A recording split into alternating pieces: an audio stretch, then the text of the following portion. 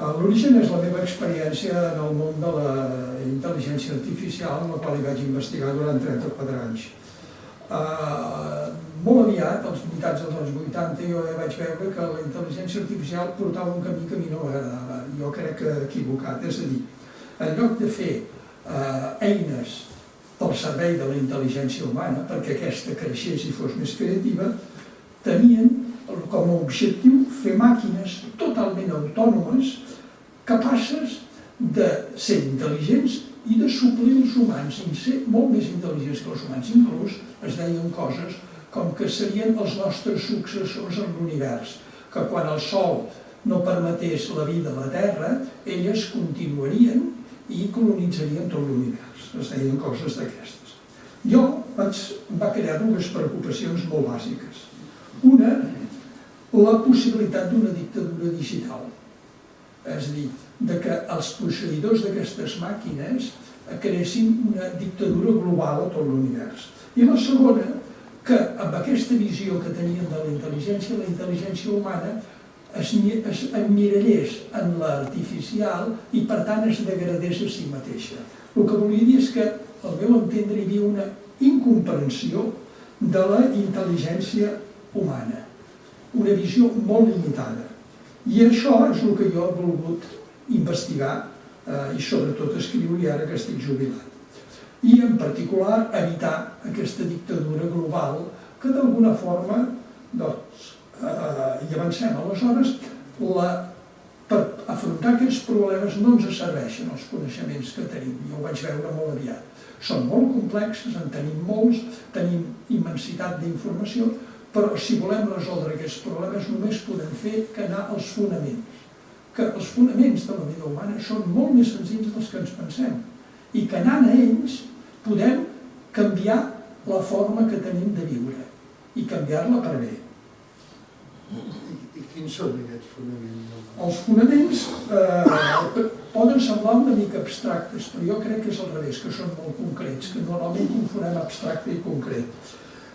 Tal com jo entenc la paraula realitat, vol dir realitat és tot allò que és independent dels nostres coneixements, desitjos, de com la veiem nosaltres. És independent, no la podem sotmetre. La realitat no es deixa sotmetre per res. La mateixa vida nostra no la controlem. És a dir, i aleshores vaig recordar, pensant en això, aquesta independència de la realitat respecte a el que nosaltres podem dir-ne o fer-ne, que Jaume Balmes havia dit que la veritat és la realitat. I aleshores jo vaig afegir-hi una mica més de... vaig fer més llarga la frase dient que la realitat és lliure i creativa. I la prova que és creativa la mateixa realitat és que nosaltres, que som reals, som els components que se sàpiga més creatius de l'univers. Hem creat tota la nostra cultura. Ara ho anirem veient. Deixa'm preguntar-te, Sí. Digue'ns algun fet que corrobori això, que la llibertat creativa de la realitat. Sí, vaig intentar investigar i llavors vaig veure que en el món científic, que és el que té més prestigi, es parlava, en l'evolució de l'univers, es parlava que el Carl Sagan, per exemple, que se va ocupar i ho va difondre molt, que l'univers s'explicava, hi havia una part de lleis i una part d'atzar. I aquest atzar es pot trobar en el fet que, per exemple, la mecànica quàntica, que és una mecànica bàsica, que és la física bàsica de les partícules elementals que constitueixen, segons la física de l'univers, doncs és una mecànica, és una física probabilista. Ni una partícula ni un electró pots determinar com es comportarà. Aleshores, també la mateixa genètica, les mutacions genètiques, com es van formar les molècules, com els actes més importants de l'evolució universal no se'ls explicava, com es va formar una primera molècula, quan es va formar un nucli, quan es va formar una cèl·lula, com després es van unir les cèl·lules i van aparèixer les primeres plantes, animals, etc. Els punts claus de canvi radical no se'ls explicaven, però els hi deien atzar. Aquest atzar, el que respon a aquesta paraula atzar, és que no entenien bé, jo penso, el que és la intel·ligència en general. És una visió estreta de la intel·ligència. Aleshores, jo vaig veure que aquest atzar era llibertat creativa, perquè tots aquests punts que ells no se sabien explicar eren grans creacions. Les creacions normalment, i les que fem nosaltres, les podem acabar d'explicar. Tenen un component de llibertat, per això jo en dic llibertat creativa, que és el símbol de la mateixa realitat. I com vas entendre, Jaume, i entens la intel·ligència humana? Doncs vaig intentar, en lloc de visió molt limitada que era per resoldre problemes, per aconseguir objectius de la intel·ligència artificial, jo la vaig intentar entendre el més ampli possible. En particular, vaig recordar una cosa que havia llegit sobre Pitàgores, que et deia, oh meravella, tot en l'univers és intel·ligent. Aleshores, jo vaig dir, doncs, per què no? Pensem que hi ha una intel·ligència universal i que aquesta intel·ligència universal és la que manté interactius tots els components dels univers i interrelacionats. El món, l'univers no són entitats separades, tot interacciona amb tot i el que passa en un punt afecta tots els altres.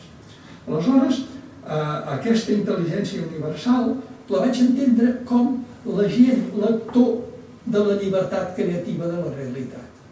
Ja sí que és una mica abstracte, però... I que el seu cos d'aquesta intel·ligència universal era el mateix univers. I que els humans participàvem en aquesta llibertat creativa. I participàvem conscient i creativament. Almenys ho podíem fer-ho. Aquesta intel·ligència humana és la que ens fa, de fet, humans i creatius. No és una cosa de minories, és una cosa que tenim tots la possibilitat de desenvolupar des que naixem. Fer-la lliure i creativa, cosa que no ha passat mai, ara ho veurem. Aquesta intel·ligència humana ho abraça tota la vida humana, és a dir, abraça el sentir, el pensar i l'actuar, sobretot l'actuar, perquè la intel·ligència es demostra en les accions. Jesús ja va fer aquella frase a l'Evangeli que diu per les seves obres els coneixereu, no pel que pensen ni pel que coneixen, per les seves obres. Aquí està la intel·ligència. Podries donar-ne una visió reduïda o més... I abans ho has mencionat amb lo de la mà creativa. Vaig intentar veure quines eren les característiques. La intel·ligència universal i la intel·ligència humana es poden definir, perquè participen d'aquesta llibertat i la llibertat és algo indefinible, és algo inexplicable. Però se li poden veure unes característiques que jo els dic poders creatius, poders creatius constitutius de la intel·ligència. I són 5 que els faig correspondre amb els 5 dits de la mà. I com els 5 dits de la mà, que són una meravella de coordinació, la flauta d'en Silvente ho hem vist com els dits de la mà els feia anar, doncs aquests de la intel·ligència, aquests poders de la intel·ligència també es coordinen de la mateixa manera, molt estretament, és a dir, no els podem entendre uns sense els altres, cosa que s'ha intentat fer, o que normalment s'ha fet, explicar la comunicació per un costat, la cooperació per l'altre no, els que per nació ells. Ara, doncs veureu, convé entendre'ls i en tots ells intervenen els altres. L'interès és el dit índex, el que apunta allò que ens importa, allò que ens motiva, allò que ens mou, és l'energia de la intel·ligència. Sense ell no farien res. Ja pots ser espavilat, però si no tens l'energia de l'interès no faràs res. La comunicació és la gran meravella de la humanitat, el que va constituir la revolució cognitiva de l'home, el que ens va fer l'Homo sapiens. I en què consisteix la comunicació? Els animals tenen estímul-resposta. Doncs l'home, gràcies a la seva llibertat, va trencar aquest lligam tan fort, estímul-resposta, i entremig hi va posar la paraula, el significat de les coses. I aquests significats li va donar la possibilitat de crear tota una cultura de significats, que és el món en què vivim. O sigui, és una revolució. Nosaltres, ja dic, no actuem d'estímul-resposta, sinó que entremig passem per el significat de les coses, i un significat relatiu als nostres interessos. Ara ho veurem. L'altre és la simbiosi, que és la comunicació, no ho he dit perquè fer així no té massa. Aquest és el dit de l'anell, és el dit de la comunicació, que és, perdó, de la cooperació, o jo li dic la simbiosi, que és la vida en comú. És importantíssim, evidentment. La divisió és horrorosa que tenim en la humanitat. Si no sabem viure en comú i ajudant-nos mútuament, anem molt malament. I precisament ens tenim un dèficit enorme de saber-nos ajudar mútuament, de saber cuidar-nos mútuament. Un dèficit enorme. La recerca és el dit petit, perquè és una capacitat que durant mil·lennis, gairebé fins al Renaixement europeu, no la van fer servir, solament ocasionalment, artistes, però gent marginal dintre de la societat. Per què?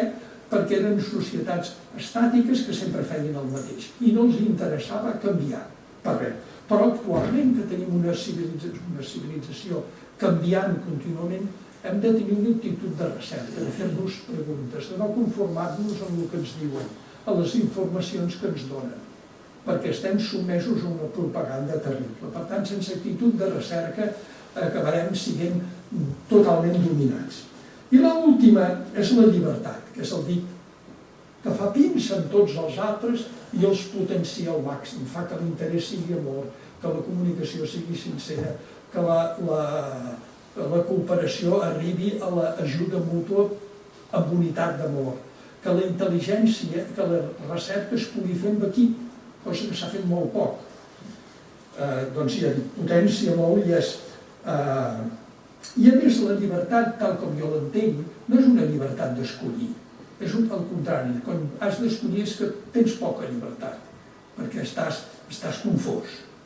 La llibertat vol dir no estar sotmès, i per començar no estar sotmès al propi ego, als propis interessos personals, ni sotmès no vol dir negar-los, no quedar esclavitzat, i tampoc estar sotmès als poders de dominació que abunden tant avui en el món. Observant com actuen aquests poders, són molt més senzills que tots els coneixements i informacions que hem, però observant-los com actuen amb nosaltres, com els fem servir, podem millorar-los i millorar molt la vida humana. És precisament un dels punts bàsics que jo intento que hauríem de tenir molt presents aquests 5 poders, com els fem servir. En el llibre parles de les dimensions de la intel·ligència humana. Sí. Per entendre més aquesta intel·ligència, vaig veure que era bo diferenciar 2 nivells d'intel·ligència. Un que li dic la intel·ligència de la necessitat i un altre que li dic la intel·ligència de la llibertat, perquè són els 2 pols de la vida humana. Aleshores, com les caracteritza? Sí. Doncs bé, la intel·ligència que li dic de la necessitat és la intel·ligència que es mira les coses, s'hi acosta, les intenta entendre relatives a les nostres necessitats. Necessitat de menjar, d'habitatge, etc. Sexuals, les que siguin. I també dels desitjos, temors, dels interessos que tenim, interessos de conèixer, del pensament. És una intel·ligència que se situa en el temps, passat, present i futur, ho necessitem, les coses tenen una durada en aquesta intel·ligència, crea un món relatiu a nosaltres. Gràcies, precisament, a la parla es crea un món relatiu a nosaltres. La parla dona significats a les coses en referència a el que ens interessa. Les coses que no ens interessen gairebé ni tenim paraules per elles. Llavors gairebé no existeixen les que no tenim paraules per elles. I el coneixement i el pensament. És el món del parlar, del conèixer i del pensar. Cal fer aquí un incís que aquesta intel·ligència i aquesta parla no descriuen la realitat. La meva tendència és sempre pensar que el món ens ve donat tal com és i que jo m'hi haig d'adaptar. És així o no? No. Precisament aquesta visió, aquest antic, és un antic error que ens ve des del començament de l'Homo sapiens, de creure que la parla descriu la realitat. La parla serveix per comunicar, per posar-se d'acord, per crear nous significats, per relacionar-se i tenir bé. I depèn molt, és molt relativa a nosaltres. Depèn de les nostres necessitats. El fet és que la parla i les coses que ens interessen han anat canviant al llarg de tota l'evolució humana enormement. Per això han creat, ja dic, els significats segons els interessos. La parla crea aquest món, el món que vivim. És un món... I les diferents cultures han creat diferents formes de veure el món. I l'última forma de veure el món és la que hem desenvolupat a través de les ciències i tecnologies, que jo els he dit tecnociències. És tot un món. És un món, aquest, de dualitats, de subjectes i objectes en els quals satisfem les nostres necessitats. La satisfacció d'aquestes necessitats ens dona un plaer i això ens motiva fortament. El problema és que el pensament després busca, cerca més plaer i acabem amb un món de necessitats enormement complicat i molta gent amb moltes diferències entre la gent i amb sofriment.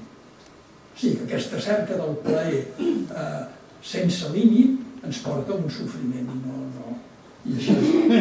En el llibre distingies dues intel·ligències de la necessitat. Dos dimensions. Perquè la intel·ligència és una, i de fet és la intel·ligència universal i la intel·ligència humana és una forma d'ella. Doncs dues dimensions d'una sola intel·ligència. Una és la intel·ligència que jo li dic funcional, que és la pròpia de les ciències, la que s'ocupa de com funcionen les coses, del comportament i la predicció dels fenòmens. És a dir, és una intel·ligència molt abstracta, que deixa de banda els valors i les qualitats. Una hora de plaer i una hora de dolor són tot una hora. Els colors són ones electromagnètiques i el cervell és un conjunt de reaccions electroquímiques. És a dir, té una visió abstracta, quan en realitat el concret és l'altre, el concret és els colors, el concret són els sentiments. Però ella necessita fer això per poder estudiar com funcionen els fenòmens. El problema és quan es vol passar a ser hegemònica i vol imposar el seu llenguatge i no deixa lloc a la segona dimensió de la intel·ligència, que jo li dic l'axiològica, és la intel·ligència dels valors, del sentir. És la intel·ligència del cor. Si l'altra és la del cap, aquesta és la intel·ligència del cor, la de les finalitats. I funciona d'una manera molt diferent de la intel·ligència funcional de les ciències. Funciona com es funciona el sentir per contrastos, per valor contra valor. Més ben dit, comença sempre per com creem els valors. Els valors els creem perquè davant dels problemes, de les coses que no ens van bé, estudiant-les i observant-les i pensant en elles, logrem descobrir com haurien de ser quan van bé. És a dir, dels contravalors descobrim els valors. Jo puc estudiar, ho hauríem de fer, però no ho fem, a fons la guerra, tots els seus mecanismes com a genera tal, per poder descobrir la pau, el valor de la pau i incorporar-lo a la vida humana. I així, amb tots els valors, funcionen normalment del contravalor cap al valor. És a dir, tenim una necessitat urgent de que hi hagi una col·laboració, que no hi ha sigut, entre la intel·ligència funcional i l'acció lògica, perquè la intel·ligència funcional abstracta no ha, després ho veurem una mica més, no ha funcionat gairebé en mans del que jo en dic la plutocràcia, el poder del diner, i de l'imperialisme dels estats amb els seus exèrcits. I ha tingut poca. Aleshores ens parles de la intel·ligència alliberadora. Alliberadora o de la llibertat, sí, per contraposició d'alguna forma amb la de la necessitat. Aquesta és una intel·ligència que per actuar, per estar activa, necessita que la intel·ligència de la necessitat no ens pressioni, no ens esclavitzi. I per això tanta gent no hi arriba, perquè està molt esclavitzada per la necessitat. Necessita serenor, necessita calma, necessita quietud, necessita silenci. És una intel·ligència d'alguna forma inexplicable, perquè és la intel·ligència que ens posa en contacte immediat amb la realitat. Quan jo veig una nit estelada i quedo immers allà, quedo bocabadat, no faig una diferenciació entre la nit i jo. Allò és inexplicable. És una intel·ligència que no crea divisions, així com la parla, sempre fa dualitats, distingeix coses, i més que les distingeix, les separa i ens considerem individus separats els uns dels altres, cadascú amb els seus interessos. Aquesta és una intel·ligència que fa sentir la unitat humana, una visió de la vida humana sense divisions i, per tant, sense conflictes, que és on perdem tota l'energia. Es perd molta energia amb els conflictes, a tots nivells, i conflictes ben tontos, molt sovint. Això ho saben, els polítics potser són els que ho saben més bé. La quantitat d'energia que es perden en petits conflictes. Aleshores, aquesta intel·ligència també ens fa saber que d'alguna forma som el que observem i fem, que nosaltres sempre ens considerem a part. Jo faig això, però jo no sóc això que faig, jo no sóc allò que observo. Doncs sí, ets el que observes i fas. Aquesta intel·ligència ens ho fa clar. I per això ho podem rectificar, perquè l'altre és una excusa per escapar-se. Ens allibera també d'aquest pes enorme que tenim del passat, de les ferides que hem rebut i de la que hem heretat de generacions passades. Ens n'allibera, ens neteja, es fa una neteja de la nostra. Ens fa flexibles i creatius, perquè no estem lligats amb els nostres coneixements i, per tant, podem obrir-nos al desconegut i crear coses noves. Ella és una intel·ligència de la felicitat. Jo a la meva neta li vaig fer una cançó, la meva neta Caterina, que està aquí, li vaig fer una cançó on li deia, d'aniversari, la felicitat és el present que fa la vida divina, amiga, quan no vols res. És a dir, que no vols res vol dir que tu ja no hi ets allà, que tu vius la vida en plenitud, sense separacions ni sense... I aquestes dues intel·ligències, la intel·ligència de la necessitat i la intel·ligència alliberadora, com estan connectades? Són part de la mateixa intel·ligència, estan íntimament connectades, estan interdependents, de fet. Us posaré un exemple que potser és que, per simplificar-ho, un pot anar a fer un passeig pel bosc, a buscar llenya, pinyes, bolets, molsa, o sigui, amb un relatiu als meus interessos. Jo vaig al bosc per obtenir-ne alguna cosa. Però si aquestes necessitats no em pressionen molt, no estic molt pressionat per les necessitats, al mateix temps puc tenir una certa calma que em fa contemplar el bosc i em fa sentir la bellesa del bosc i la seva unitat.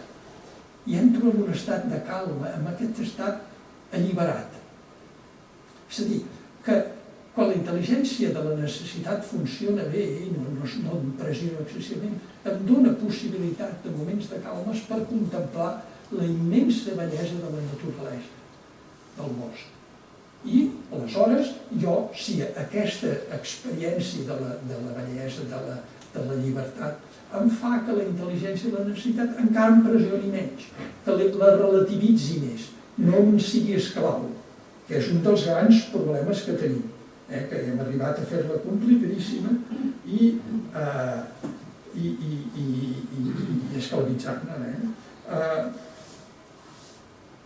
Sense la intel·ligència, sense aquest sentit de bellesa, de felicitat, de calma i de llibertat de la intel·ligència de la necessitat cau en un error fonamental, que és l'error fonamental que se li ha dit el pecat original.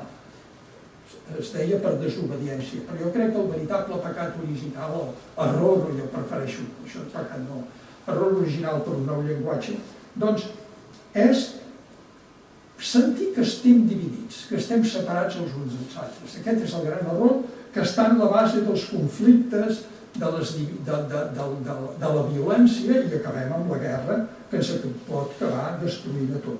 És a dir, vivim en un món d'egos individuals, cadascú amb les seves ambicions, i en lluita permanent. Li diem competició a nivell baix, però quan convé aquesta competició passa a ser rivalitat i passa a ser confrontació, violència, guerra i destrucció. És horrorós. Però l'origen està en sentir-nos separats, en no sentir aquesta unitat que ens dona la intel·ligència alliberadora. Ara insistiré potser una mica més, si ens dona temps. És a dir, que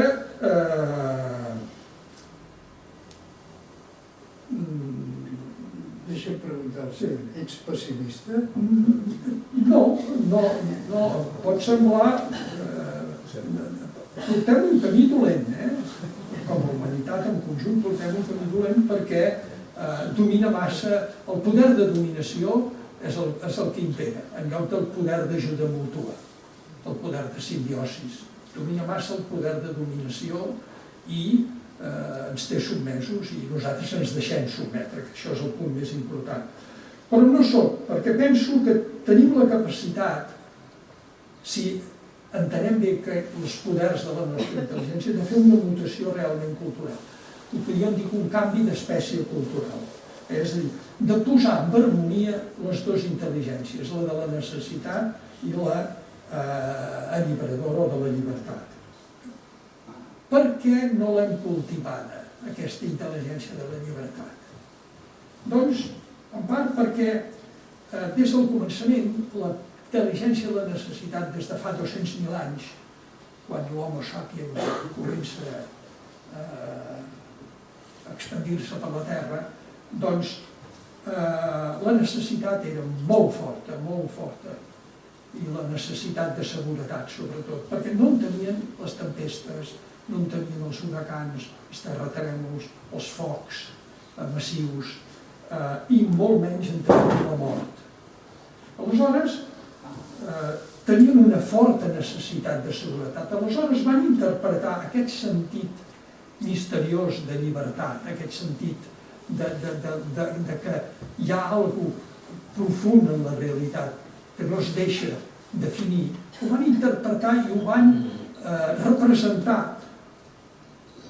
com a unes entitats supranaturals amb grans poders de dominació, que eren els senyors de la vida i de la mort, diríem.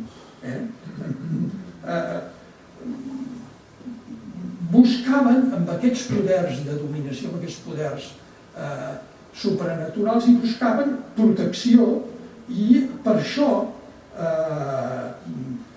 i seguretat, per això els oferien sacrificis, i buscaven el seu favor, els oferien sacrificis, els pregaven, intentaven aconseguir ser plaents a ells. Per exemple, un exemple clar, que a mi sempre em costava de digerir, perquè no he viscut en aquest món tan fort d'aquesta visió dels poders supranaturals. Abraham, per demostrar a Déu, el seu Déu, el seu poder supranatural, que ell estava totalment sotmès a el que li digués, a el que Déu ordenés, estava disposat a sacrificar el seu fill, a matar-lo. Després no passa, però estava perfectament disposat. Si veieu el poder que tenien, o sigui, els déus et protegien però t'exigien una submissió total. I com s'expliquen? Com van, aleshores es van crear al voltant d'aquests poders narracions que eren molt potents per explicar el poder d'aquests déus. Se'ls diuen mitologies que es consideraven que les havien revelat els mateixos poders supernaturals en els homes. I tot això que estic dient era possible i tenia sentit en societats estàtiques, societats que es dedicaven sempre a fer el mateix. Per tant, el que necessitaven és estabilitat. I aquests poders i aquestes revelacions, aquests mites, els donaven aquesta estabilitat, els cohesionaven. I per què tenien tant d'èxit aquests?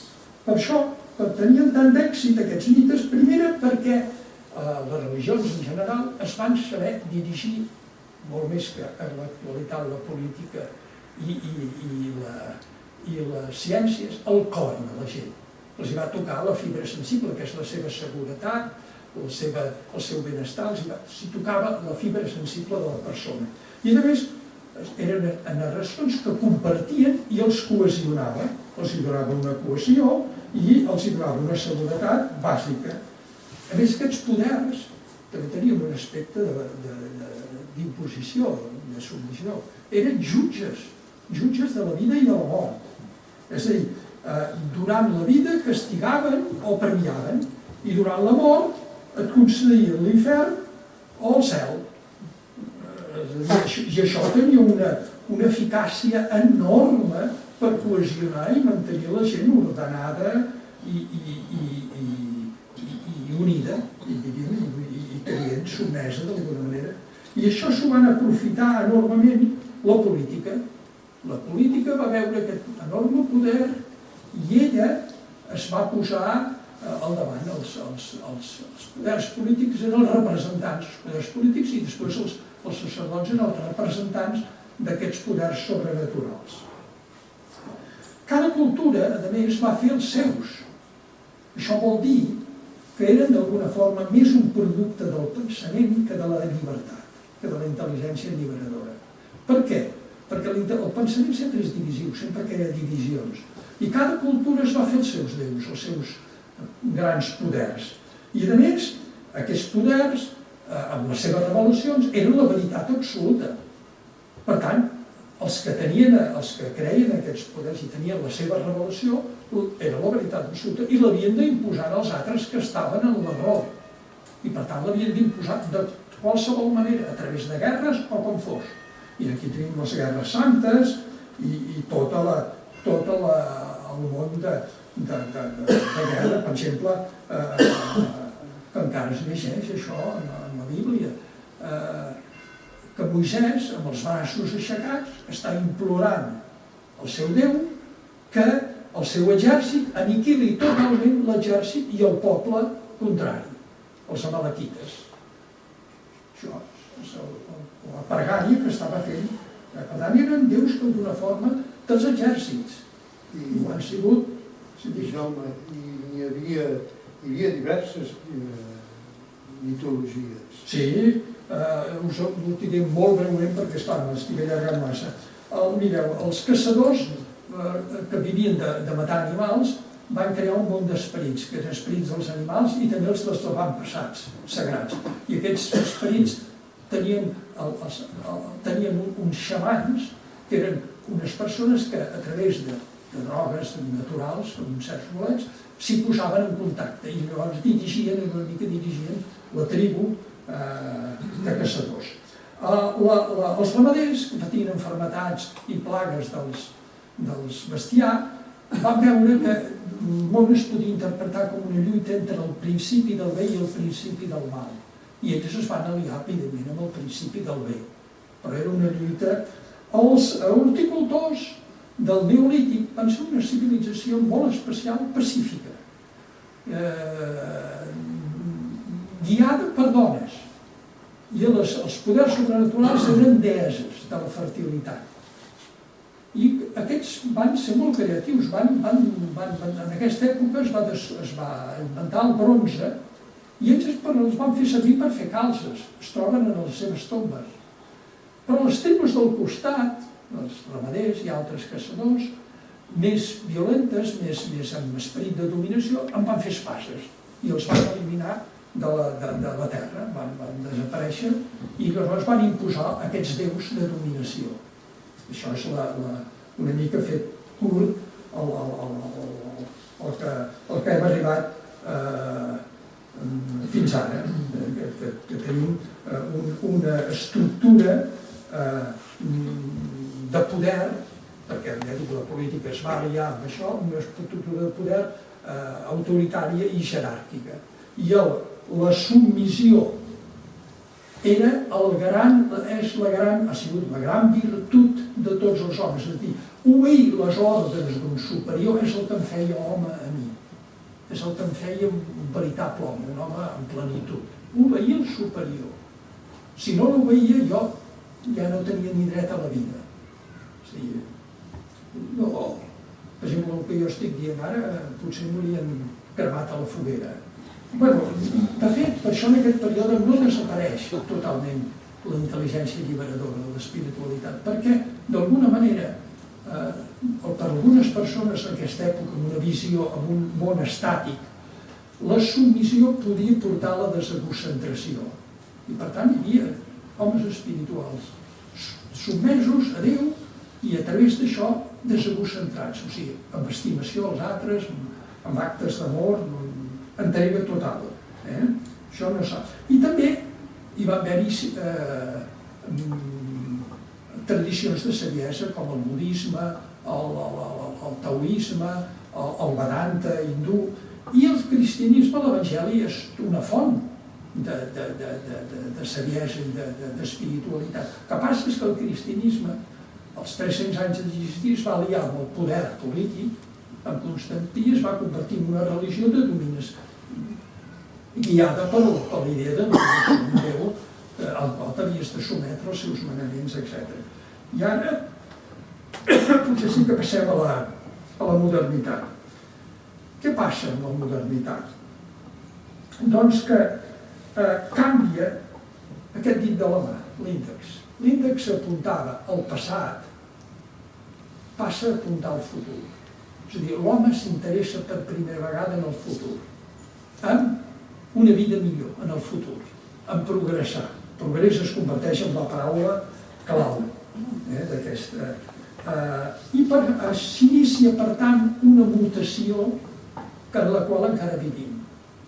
Comença el Renaixement, a poc, aleshores venen les revolucions científiques. Això ho va expressar molt bé Abraham Lincoln en una frase que diu, i que encara d'una forma és vàlida: si vols predir el futur, crea'l. És una frase important. I això ho van imitar al segle XIX. Per tant, es va obrir la possibilitat de viure creativament. El que passa, ara veurem, amb algunes dificultats. Una de elles és que la intel·ligència funcional es va convertir en hegemònica. I ara veurem per què. És a dir, ho dominava tot i estava en mans, ja he dit abans, de la plutocràcia i de l'imperialisme. I, en canvi, la intel·ligència axiològica dels valors va entrar en crisi, perquè era la intel·ligència que les religions és la que cultivaven, però es van quedar amb el llenguatge antic dels agricultors d'una societat estàtica, que no els anava bé, no anava bé per dirigir l'altre. Ara ho veurem. Socialment aquesta modernitat es viu perquè el progrés econòmic, ja ho he dit abans, mana. És la fi de la societat medieval estamental, que tothom estava classificat en un estament i allà no et podies moure. Allibera, per tant, l'individu i les energies dels individus, les idees creatives, però al mateix temps atomitza la societat, la divideix enormement i crea un individualisme ferotge, de competició. La competició és el gran poder de progrés. La competició, que se li diu competició perquè és rivalitat, fins al contrari. Per tant, buscar el propi interès, diu així literalment, buscar el propi interès és fer progressar la societat. L'egoisme, la base, el motor de la societat. La religió es converteix en un afer privat, un afer que vulguin que ho facin, però no...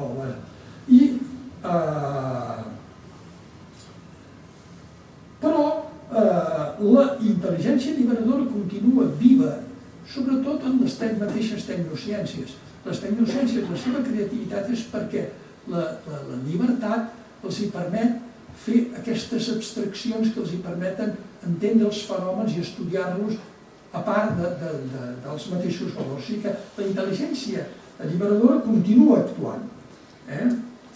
I la creativitat també funciona, però per minories, per especialitats, per experts. La majoria de la gent no és creativa. Si hi ha des de joves, des de l'escola, des de petits, i inclús a casa de les famílies, se li tallen les seves ales creatives, se'ls donen uns coneixements, uns comportaments fixes, i el que se'n dic jo se'n fa intel·ligències programades, que és les que han dominat. La intel·ligència programada per mites i ara una intel·ligència programada per coneixements, i que no em treguin dels meus coneixements, que no em vinguin amb que jo hagi d'investigar o que jo hagi de cercar o hagi d'enfrontar-me al desconegut, cosa que amb el món que vivim de canvis continus ens hi hem d'enfrontar al desconegut. Per tant, necessitem una intel·ligència creativa. Aleshores també es produeix un fenomen que els millors s'autoexploten. Els millors, no cal que els explotin, s'autoexploten ells mateixos per la seva pròpia ambició. I això crea el que se'n diuen els anglesos burnout, quedar cremats. I fa molt mal, i no diguem l'estrès que destrueix el cervell. I on queda la religió en aquesta modernitat? Doncs el problema que va tenir la religió fonamentalment és que va enfrontar-se en el començament, als inicis de la revolució científica i la revolució industrial, es va enfrontar a les tecnociències. Per què? Perquè era un rival en el poder. Ells estaven instal·lats en el poder i van veure un rival i el van condemnar, ja sabeu el condemnat de Galileu i altres, i els heretges que tenen, no diguem, Escravanes i companyia. Per tant, la religió no es renova. Va perdre una oportunitat enorme de dirigir, que s'entén també, perquè estava molt lligada en el món antic, en el món agrícola. I encara el món agrícola va continuar molts anys, i ells es van quedar en el món agrícola, no van acostar-se en el món que venia. I per tant no van poder dirigir des de la seva ètica, des de la seva axiologia, la tecnociència. I per això va quedar en mans dels poders del diner i dels poders dels estats. Això és el que va dominar. I tenim un món dirigit per l'economia, el que jo en dic un món de cap per avall, on primer hi ha l'estómac, després ve el cor i després ve el cap. Estem girats al revés. L'economia humana tot. I la religió va, el seu llenguatge, que era propi de l'agricultura, no connectava, no comunicava amb les noves generacions científiques i ara més que mai, es veu, ha arribat a uns límits. Per tant, el que jo vaig intentar entendre de tot això és que necessitàvem aquesta mutació positiva i sobretot fer un nou llenguatge, que és el que jo estic intentant comunicar-vos a vosaltres, un llenguatge basat en la intel·ligència humana. En què consisteix aquesta mutació? Doncs en un canvi molt radical de la forma de viure. Havíem viscut de fer sempre el mateix, de l'agricultura, i a més l'agricultura i la caça i la ramaderia eren una forma de viure molt concreta, molt lligada a les coses concretes. Però entrem en un món de la tecnologia, que és un món molt abstracte. Per tant, vivim ara més que mai en un món de conceptes i hem de vigilar per no confondre conceptes i realitat. Aleshores, aquests canvis tan forts que he dit en el Renaixement, que es fa la mutació, comporten crisis enormes, en particular crisis de valors, perquè els valors de l'agricultura no servien pel món tecnocientífic.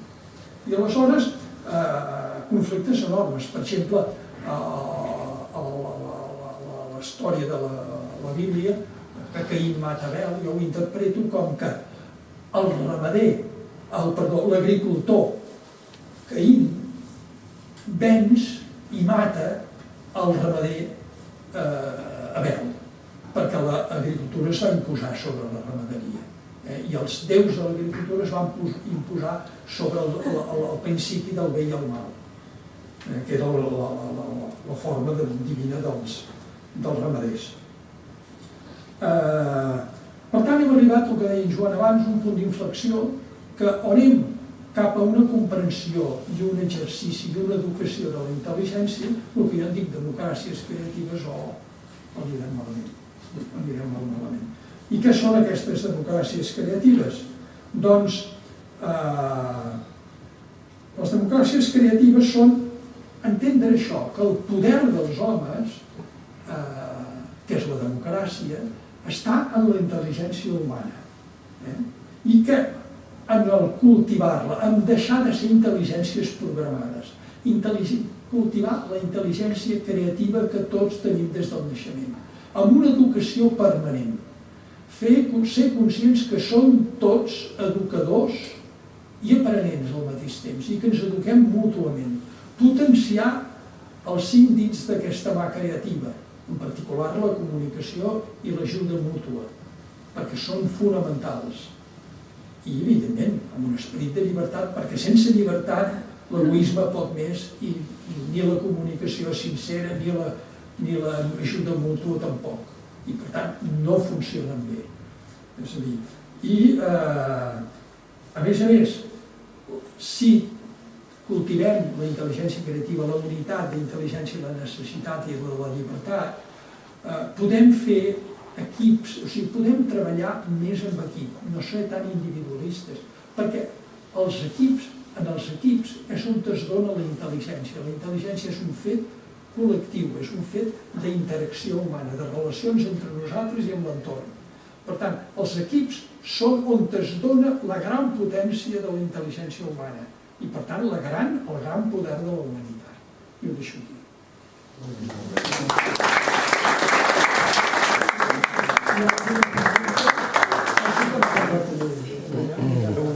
El llibre requereix una atenta lectura, però us dic jo, que l'he traduït, que compensa. Parla molt d'intel·ligència. En canvi, jo només faig servir, sobretot jo, saviesa.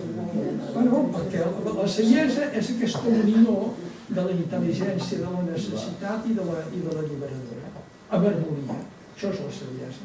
Quan els dos funcionen amb harmonia, jo satisfac molt bé les meves necessitats, al màxim, amb la màxima eficiència, i al mateix temps tinc una vida feliç perquè sé contemplar la bellesa, sé viure amb calma, no estic esclavitzat per res.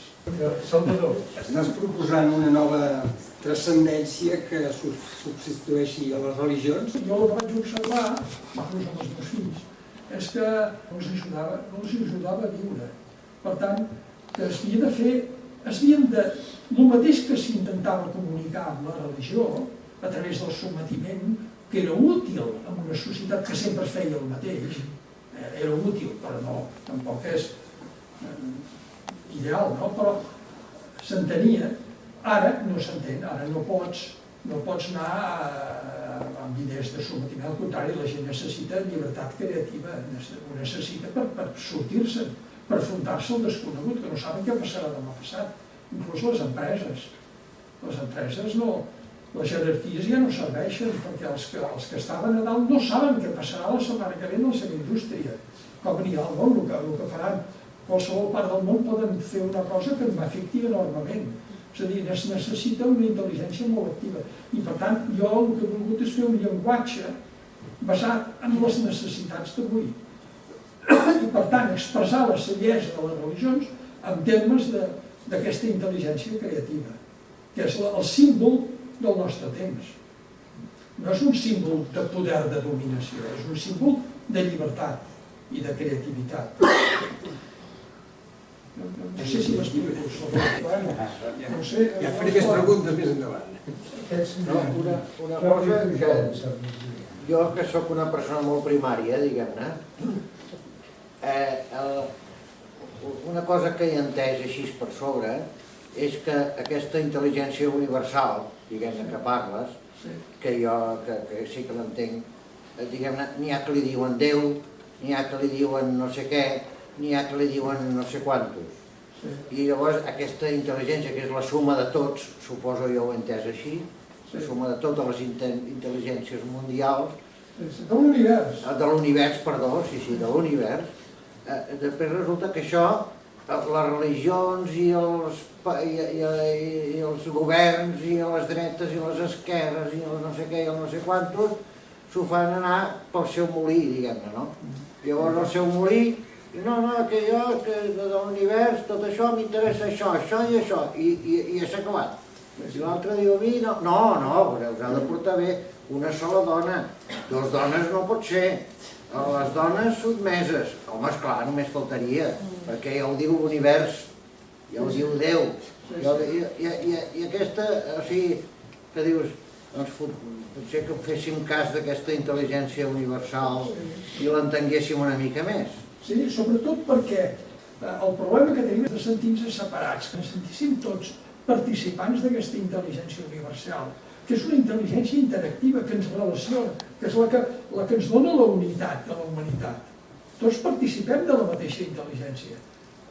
De fet, tots tenim particularitats i hem de tenir una autonomia particular, però aquesta autonomia es basa en una unitat, en una intel·ligència que és la que ens uneix, en unes relacions humanes, en una interacció. O sigui, no té sentit una autonomia autàrquica, separada, sinó l'autonomia humana de l'individu es realitza quan s'executa en les relacions amb els altres i en les relacions amb la natura. Per tant, el símbol que jo faig servir, per dir-ho d'alguna forma, per Déu, seria la llibertat creativa. I aleshores, el seu agent, l'actor d'això, li dic la intel·ligència universal. I el cos d'això li dic l'univers. I aquesta tríada seria la trinitat, és un símbol nou, que no vol negar als altres perquè per molta gent els hi pot servir l'antic símbol. Jesús mateix era un savi, un home que tenia integrades perfectament la intel·ligència de la necessitat i la alliberadora, i va ser un gran. El que passa és que després n'hem fet un símbol de poder dominador d'alguna forma, de senyor, de jutge, que pot enviar l'infern al cel. És clar, això en el món actual, en el món que hem de viure, no funciona. No funciona, la gent no comunica, no mou. I el veus potser tampoc.